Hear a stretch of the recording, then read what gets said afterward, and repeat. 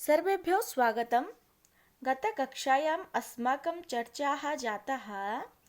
पूर्ववीडियोरे आमे संस्कृतशिक्षणस्य उपरि संस्कृतशिक्षण जहाँकि आमर रही यूनिट 1 जेमितिकी एलटीआर हो आरएसटी हो बा ओस्टेड हो। यार प्रथम यूनिट कौन रही सिलेबस संस्कृत शिक्षण संस्कृतं नाम किं शिक्षणं नाम किं संस्कृतशिक्षणस्य त्रयः पक्षाः ज्ञानात्मक भावात्मक पुनः अवबोधात्मकपक्षाः इति विषये अस्माकं चर्चाः विशदरूपेण जातः सम्यक् रूपेण जातः। इदानीम् एबे आमे कौन पढ़िबा यूनिट 2 देख यूनिट 2 जोड़ा कि आमर रही भाषा शिक्षण कौन रही यूनिट 2 रे भाषा शिक्षण आउ चैनल जो माने नुआ अच्छ एबे जाइए चैनल को गोटे सब्सक्राइब करनियो जहाँ फल संस्कृत जहाँ भी रिलेटेड वीडियो सब आसीबो एमती कि तुम्हें कम्युनिटी टैब रे जाइए देखि पारिबो। देख फास्ट गोटे आसूची तुम जदि चैनल को जीव गोटे आसूची वीडियो पार्ट गोटे आसूची लाइव पार्ट आ गोटे आसूची कम्युनिटी आ गोटे शॉर्ट्स कम्युनिटी आ गोटे शॉर्ट्स। तो शॉर्ट्स रे भी हमर जोड़ा कि मु लेखुची किछि पोएम्स किछि जोड़ा कि संस्कृत रे अवेलेबल होउची। देन कम्युनिटी रे कोन रहउची आमर जो कम्युनिटी टैब रही से आमर आसूची सुभाषितानी तुमर 6th स्टैंडर्ड टू आरंभ करिकी 6th स्टैंडर्ड टू आरंभ करिकी टिल शिक्षा शास्त्री तुमर सुभाषितानी निहाती आवश्यक। तो से अराउंड आमर अराउंड 10 सुभाषितानी 10टा सुभाषितानी ऑलरेडी अपलोड हो सारा बाकी आगु को अपलोड हो चलो डेली बेसिस रे। आज आम डिस्कसन करवा कौन भाषा शिक्षण ठीक अच्छे संस्कृत ये प्रयास। तो भाषा शिक्षण कौन रोचे भाषा नाम का आम पढ़ीचे जो मैंने देखिन पूर्व वीडियो सब देखी नब जो मैंने भी नुआ छ। तो भाषा कहले भाष धातु हो टाप प्रत्यय कृते धातु चिन्ह लगिगला टाप स्त्रीत्व विवक्षायाम शिक्षण शिक्ष धातु हो ल्यूट अनम जोगे ल्यूट हेगला भाषा शिक्षण। भाषा शिक्षण कहीं रहिला एलटीआर आरएसटी सिलेबस रे कहीं ना संस्कृत गोटे भाषा मुख्य भाषा हो जहाँ भी आम कहीपर संस्कृत गोटे भाषा ना नहीं।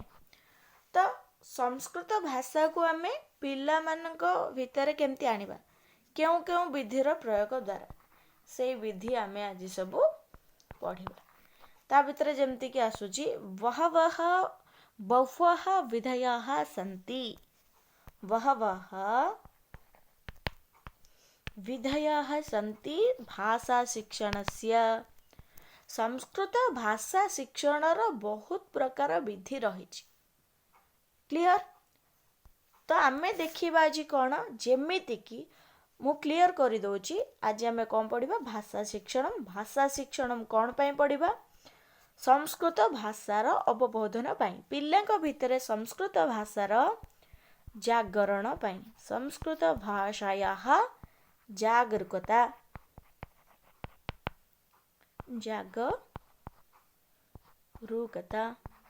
एवं बा संस्कृत भाषायाः जागरूकता। तो ता भितर जदि आमे देखिबा भाषा शिक्षणम् इत्युक्ते भाषायाः अवबोधनं यया पद्धत्या सरलया रुचिरया भवति तत् भाषा शिक्षणम् इति उच्यते। जहा द्वारा भाषार सरल अवगमन होता है जो पद्धति द्वारा भाषा शिक्षण कहले पद्धति विभिन्न प्रकार पद्धति ଯାହାଦ୍ୱାରା ସରଳ ରୁଚିपूर्ण ଆଉ କ'ଣ ହେଇଥାଏ ଭାଷା ଶିକ୍ଷଣ ଅତି ମଧୁର ଲାଗିଥାଏ। ସେଇଟା ସବୁ କ'ଣ କୁହାଯାଏ ଭାଷା ଶିକ୍ଷଣ। ଭାଷାର ଅବବୋଧନ ସରଳ ରୁଚିପୂର୍ଣ୍ଣ ଆଉ ମଧୁର ଲାଗିଥାଏ। ତ ଭାଷା ଶିକ୍ଷଣର ଯଦି ଆମେ ଦେଖିବା କେତେଟା ପଦ୍ଧତି ରହିଛି ତୁମେମାନେ ଜାଣିଥିବ। ଶିକ୍ଷା ଶାସ୍ତ୍ରରେ ଯେଉଁମାନେ ପଢ଼ୁଛ ଏବେ ଦେଖୁଛ ସେମାନେ ଅଲରେଡ଼ି କ୍ଲିଅର ଥିବ କି ଭାଷା ଶିକ୍ଷଣରେ ଆମର ରହିଛି 3ଟା ପଦ୍ଧତି। ଗୋଟେ ହେଲା ପରମ୍ପରାଗତ ବିଧି, ଆଉ ଗୋଟେ ହେଲା ନବୀନ ବିଧି, ଯୋଉଟାକି ଆମର ଆଧୁନିକ ବିଧିରେ ଯାଉଛି। ଫାଷ୍ଟ କ'ଣ ପରମ୍ପରାଗତ, ତାପରେ ଆମର ଆସୁଛି ନବୀନ ବିଧି ବା ଆଧୁନିକ ବିଧି, ତାପରେ ଆମର କ'ଣ ଆସୁଛି ଅତ୍ୟାଧୁନିକ ବିଧି। ଅତ୍ୟାଧୁନିକ ବିଧି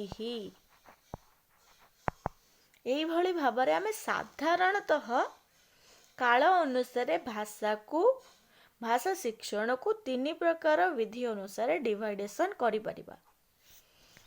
ଭାଷା ଶିକ୍ଷଣ କହିଲେ ପରମ୍ପରାଗତ ବିଧି, ନବୀନ ବିଧି ବା ଆଧୁନିକ ବିଧି। ପରମ୍ପରାଗତ ବିଧି କ'ଣ ଆମେ ଜାଣିବା, ପୁଣି ନବୀନ ବିଧି, ପୁଣି ଅତ୍ୟାଧୁନିକ ବିଧି। ଠିକ ଅଛି, ବା ନବୀନ ବିଧି ଆଉ ଗୋଟେ ହେଲା ନବୀନତମ ବିଧି। ନବୀନ ଠାରୁ ଆହୁରି ଟିକେ ନବୀନ, ସେଟା ହେଲା କ'ଣ ନବୀନତମ ବିଧି। ପରମ୍ପରାଗତ ବିଧିରେ ଆସୁଛି ଆମର କେତେ ପ୍ରକାର ବିଧି, ପୁଣି କ'ଣ ନବୀନ ବିଧିରେ କେତେ ପ୍ରକାର ଆସୁଛି, ଅତ୍ୟାଧୁନିକ ବିଧିରେ କେତେ ପ୍ରକାର ଆସୁଛି, ଆମେ ଏବେ ଡିସ୍କସନ୍ କରିବା। ଠିକ ଅଛି, ପରମ୍ପରାଗତ ବିଧିରେ ଆମର ଆସୁଛି ପାଠଶାଳା ବିଧି। ପରମ୍ପରାଗତ ବିଧି କହିଲେ କ'ଣ 2 ପ୍ରକାର, ଗୋଟେ ହେଲା ପାଠଶାଳା ବିଧି,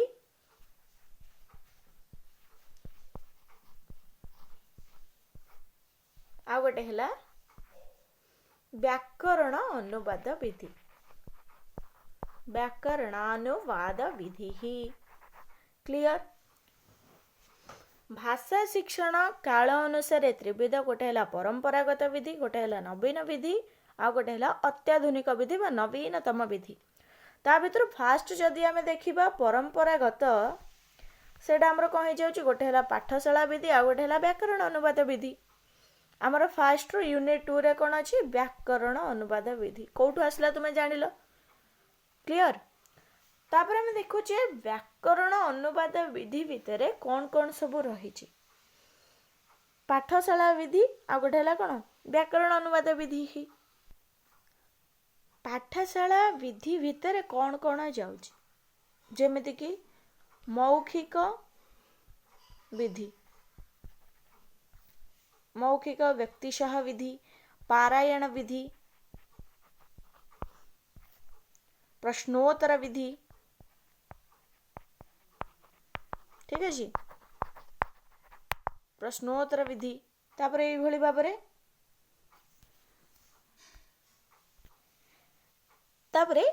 ଭାବରେ ଆମର କ'ଣ ରହୁଛି, ବାଦ ବିବାଦ ବିଧି, ସୂତ୍ର ବିଧି, କଥାକଥନ ବିଧି, କକ୍ଷା ନାୟକ ବିଧି, ବ୍ୟାଖ୍ୟା ବିଧି।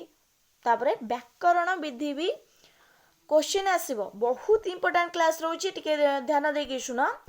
पाठशाला विधि भितर आमर व्याकरण विधि आसुची, किंतु व्याकरण अनुवाद विधि कहिले का भितर आसीबो, परंपरागत विधि भितर। क्लियर? व्याकरण कहिले केवल पाठशाला, व्याकरण अनुवाद कहिले परंपरा। पाठशाला कहार गोटे उपागम, परंपरागतर ना। कनेक्ट कर, देख परंपरागतर उदाहरण होची कोन, पाठशाला। पाठशाला रे व्याकरण आसुची, किंतु व्याकरण अनुवाद जोठी पळे आसिला सेटा कोन होई जिवो, सेटा हमर होई जिवो परंपरागत। क्लियर? तापर हमें देखिबा व्याकरण अनुवाद विधि, जोटा कि तुम मानकर यूनिट 2 रो फास्ट टॉपिक है व्याकरण अनुवाद। बुझा चेष्टा कर। व्याकरण अनुवाद विधि कहले एटा भी या भितर बहुत सारा जिनस रहुची, जेमिति कि पाठ्य पुस्तक विधि। बुझी पार्थुबो ना रु ही पाठ्य पुस्तक विधि। तापरे कौन आसला प्रत्यक्ष विधि,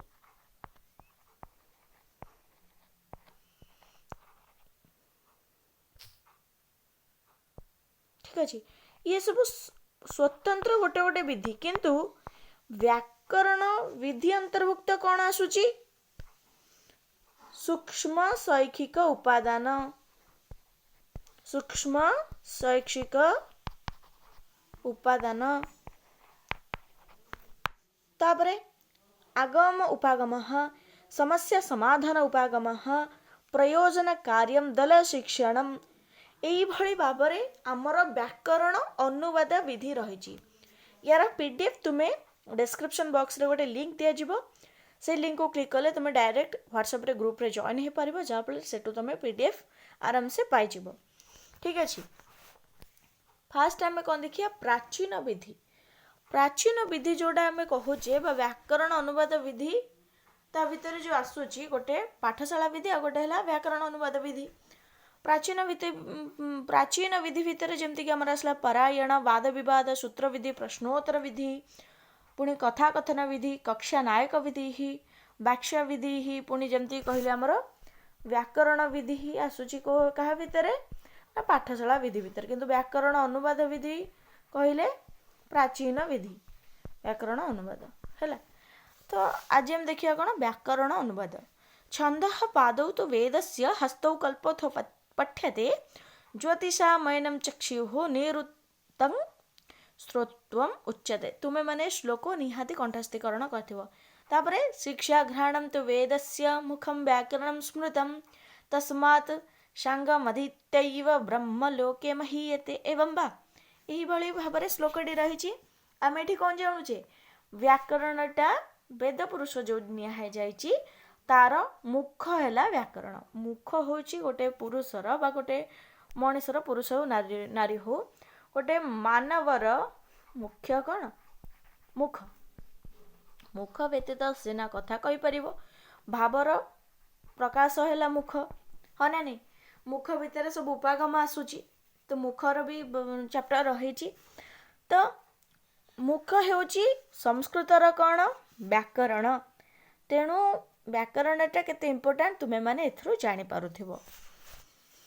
छंदः पादौ तु वेदस्य हस्तौ कल्पोऽथ पठ्यते। कौनसी भी अंग बिना गोटे मानव संपूर्ण अंग बिना कौन भल लगे जीवन रे जहाँ भी हो।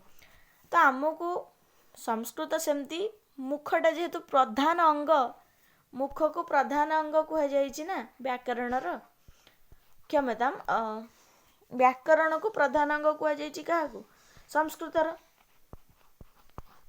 संस्कृतर प्रधान अंग कहले किए व्याकरण। तेणु व्याकरण अनुवाद विधि को आम सर्वप्रथम करिकी रखिबा।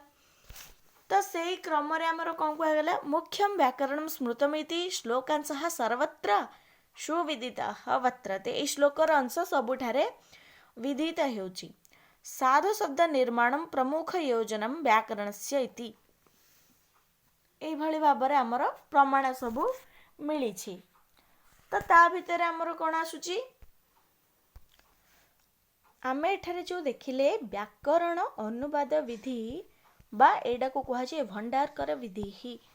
एडा तुम्हें निहाती मन रखिबो, जोड़ा कि क्वेश्चन आसीबो एग्जाम रे। भंडारकर विधि ही कस्य विधेः अपरम नाम अस्ति। तो व्याकरण अनुवाद विधि विधि एडा केउ मसिया स्टार्ट हेतिला 1835 ईसवीय वर्षे अस्य प्रारंभः अभूत्। 1835 ईसवीय वर्षे लॉर्ड मेकाले महोदयेन प्रदत्त शिक्षा पद्धत्याः अनन्तरं विकासो अभूत्। शिक्षा पद्धति किए देइथिले हमर लॉर्ड मेकाले महोदय, जहाँ एटा 1835 रे फास्ट लॉर्ड मेकाले देथिले। देन हमर कोन हैला जहाँ अनुसार तार विकास है कि डॉक्टर रामकृष्ण गोपाल भंडारकर महोदयेन पाश्चात्य प्रणालीम् आश्रित्य संस्कृत भाषाम् अध्यापनाय एषः नवीन विधिः आविष्कृतः। तो क्लियर फास्ट आमर किए आसिले लॉर्ड मेकाले शुणिथिबो ना लॉर्ड मेकाले 1835 मसीह कौन उद्भावन कले 1835 मसीह व्याकरण अनुवाद विधि ही भंडारकर विधि केमिति आसिला सी जस्ट एटा को कौन आविष्कार करदेले बा उद्भावन करदेले गोटे जिनस नथिला सी लोक सम्मुख को नहीं आसिले कहीं कारण यहाँ शिक्षा प्रणाली से अनुसार चलला से चिंता कले पिला मानक पई के अनुसार विधि प्रयोग करागले व्याकरणर सरलीकरण करा जाय परिबो। तापर किए आसले सी तो जस्ट करथिले किंतु विकास उन्मुखी किए कले ताकू व्यवहार रे बेसी व्यवहार किए आइले हमर रामकृष्ण गोपाल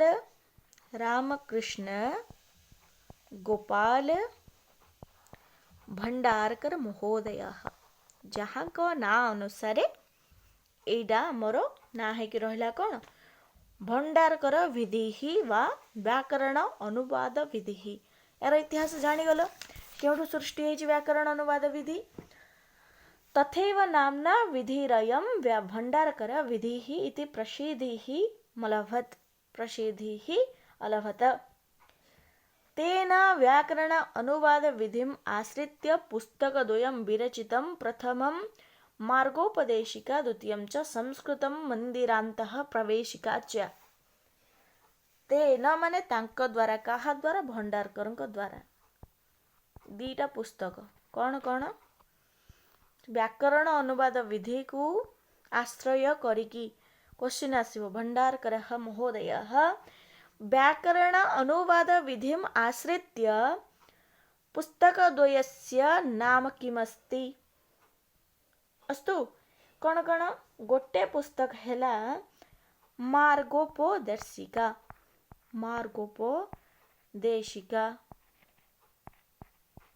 आ गोटे कौन मार्गोपदेशिका आ गोटे हैला संस्कृत मंदिरान्तः प्रवेशिका संस्कृत मंदिरान्तः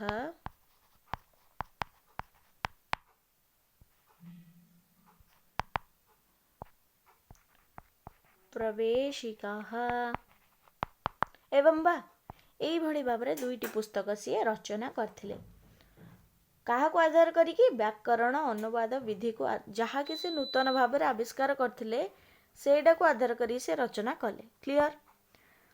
तापर आमे देखुचे बामना शिवराम आप्टे महोदय शिवराम आप्टे ना शुणी थिबो जो माने भी संस्कृत पढ़ुच से मानकर ए सबु कवि मानकर ना लेखक मानकर ना किए कौन काम करछंती साइकोलॉजिस्ट मानक ना जेमति कि हमर क्रो एंड क्रो ब्लूम महोदय एमन सब साइकोलॉजिस्ट विशिष्ट साइकोलॉजिस्ट थिले सेमानक ना निहाते मन रखिया दरकार। तो देखो बामन शिवराम आप्टे महोदय बामन शिवराम आप्टे महोदय कौन करथिले the students guide to Sanskrit composition इत्येषां रचनायाम् अस्य विधेः अनुकरणं कृतम्। क्वेश्चन बहुत ही इम्पोर्टेंट तुमर एटा कारण जदि पचार देव क्वेश्चन व्याकरण अनुवाद को आश्रय करके आ भितर केउ पुस्तकटा नुह ता भितर थिबो मार्गोपदेशिका संस्कृत मंदिरान्तः प्रवेशिका पुणी थिबो the students guide to Sanskrit composition आ गोटे थिबो द स्टूडेंट्स लॉ सेटा तुम जानिया दरकार ना कि आ भितर को तीनटा हमर लेखा जाइछि कौ अनुसार व्याकरण अनुवाद विधि अनुसार किंतु तुम जो जानि नथिबो सेटा केमति मारिबो। तो बेसिक कथा शिवराम आप्टे कौन लिखिले व्याकरण अनुवाद प्रविधि को आश्रय करिकी the students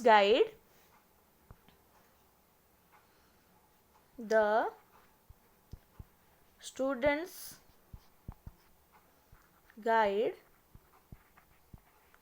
to Sanskrit composition Sanskrit composition एटा कहा द्वारा लिखा है शिवराम आप्टे महोदय। केउ विधि विधि आम पढ़ुचे ना मोस्ट इंपोर्टेंट है हमर व्याकरण विधि। तो व्याकरण विधि को अनुसरण करके जहाँ सब हिस्ट्री रही जमीक ये स्टार्ट होता है 1835 रे जोड़ा कि आमर किए करथिले लॉर्ड मेकाले महोदय द्वारा यहाँ सूत्रपात होता किंतु जेहेतु भंडारकर यह कार्य परिणत कले भंडारकर महोदय तेणु या ना अनुसार होगा कौन भंडारकर विधि ही। क्लियर। तापर आम देखुचे केल हरेन मोनियर विलियम मैकडोनाल्ड अन्य पाश्चात्य विद्वत भी विधि अयम स्वीकृत समस्ते जितेबाला स्वीकृति एटा को प्रदान कले तापर एटा लोक सम्मुख को आसला और समस्ते एटा को आदर रे बा व्यवहार रे आनिले। ये विधिर सब गुण रही जमती आम देखा मनोवैज्ञानिक सिद्धांत एटा प्रदान करता अनुकरण करें। मनोवैज्ञानिकम माने पिला मानकर मन को आधार करिकी रुचि अनुसार एटा पाठ्य रचना सिलेबस यार रही है कार जो भंडारकर विधि बा व्याकरण अनुवाद विधि पिला यार अर्थ होची यार अर्थ कौन होची ना पिला मानक मानसिक स्थिति को आधार करिकी ए विधिर प्रयोग होता है बा मानसिक विधि अनुसार मानसिक स्थिति अनुसार ये विधिटा बहुत उपयोगी।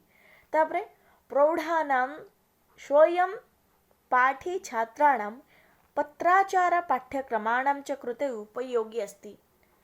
जमिति कि शोध पत्र में लिखुचे पीएचडी रे शोध छात्र जो माने थिबे जानथिबे पीएचडी रे हमर शोध पत्र रहुची सेमानक पई व्याकरण अनुवाद विधि बहुत ही इंपोर्टेंट। आउ तापर प्रौढ़ जो मैंने ऑलरेडी संस्कृत कही जानते बुझी पारे छोट पिला जी न बुझी पारे प्रौढ़ मैंने से बुझी पारे ना तो प्रौढ़ हुंतु बा निजे जो मैंने पढ़ी की बुझी पार्टी से व्याकरण अनुवाद विधि बहुत ही सहज होता है।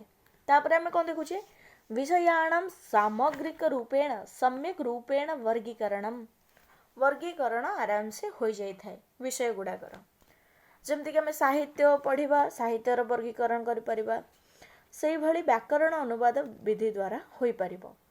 कंठस्थीकरण से अपेक्षया छात्राणां चिंतन शक्तेः निरीक्षण शक्तिश्च विकासो भवति। व्याकरण अनुवाद विधि is equal to mathematics type हाँ ना नहीं तो यहाँ को आम कंठस्थीकरण करिया को पड़ो नहीं चिंतन टिके माइंडफुली चिंता कले आम जापर डिवाइडेसन करुचे निरीक्षण करुचे तो से कथा ही गला। यार दोष भी किसी रही कौन कौन देख विधि ही अयम उच्च स्तर से कृते एवं उपयोगी पिला छोट पिला उपयोगी नुह कारण व्याकरण अनुवाद विधि करें ना तेणु या परे परे आमर अन्य सब विधिर प्रयोग करागला ना नहले जदि यही विधि सर्वोत्कृष्ट थिला या पर किसी विधि आसबार नाला जदि आमको साइकल रे सब ठीक जिनस ठीक लगुच आम बाइक किणवा कि जदि आमको स्कूटी बा बाइक रे सब जिनस आराम से उपलब्ध हो जाए आम कार को जीवा कि तेणु व्याकरण अनुवाद विधि जदि सेतिकी इंपोर्टेंट थिला बा सेतिकी उपयोगी थिला तापर विधि आसी न था किंतु जेहेतु यार दोष रही कौन जमती कि हाँ उपयोगी रही कौथि उच्च स्तर से कृते देखिले ना आम जस्ट कहले पूर्वर तो यहाँ मोर उच्च स्तर पर ठीक किंतु जदि निम्न स्तर देखा प्राथमिक स्तर देखा से माने व्याकरण अनुवाद विधि पढ़ी पारे ना। क्लियर। भाषायाः विविध पक्षाः यथा उच्चारण अभ्यासः मौखिक कार्यं पद्यानां रसानुभूतिः गद्यानां मुख्य भावादयः उपेक्षिताः भवन्ति। पद्यर रसानुभूति व्याकरण रे केमती आसीबो रस तो कहले केवल छंद तापर तार जो आमर कौन व्यंगात्मक हो अभिधा व्यंजन लक्षण हो से अनुसार हेब ना व्याकरण अनुवाद भितर तुम्हें रस भाव क्यों खोज तो यहाँ को उपेक्षा करें तापर केवलम व्याकरण अनुवाद विधे हे च बलम दीयते व्याकरण अनुवाद विधि मैंने केवल व्याकरण उपर ध्यान देव ना तो यहाँ हूँ तार किसी दोषा जोड़ा कि संपूर्ण विधि को आम संपूर्ण भाषा शिक्षण रे प्रयोग करि परिबा नाही ता जहाँफल आमर नेक्स्ट आउ सब अन्य विधि सब आसला जमीक आम नवीन विधि पाइले भाषा शिक्षण व्याकरण अनुवाद विधि रे दोष रहिला बोली आम नवीन विधि को आपणैले विभिन्न प्रकार विधि रही गोटे विधि रे हैला नहीं तो आम नेक्स्ट क्लास रे देखिए नवीन विधि आउ आशा करूँ भिडियोटी निहाती पसंद आसो पसंद आसले लाइक शेयर सब्सक्राइब करने को जमार भूलेबे नहीं पुणी देखा गोटे नुआ भिडियो रे नवीन विधि आम नेक्स्ट क्लास रे पढ़ा से पर्यंत चैनल को सब्सक्राइब करूँ वीडियो को बहुत सारा लाइक करूँ शेयर करूँ जयतु संस्कृतम जयतु भारतम।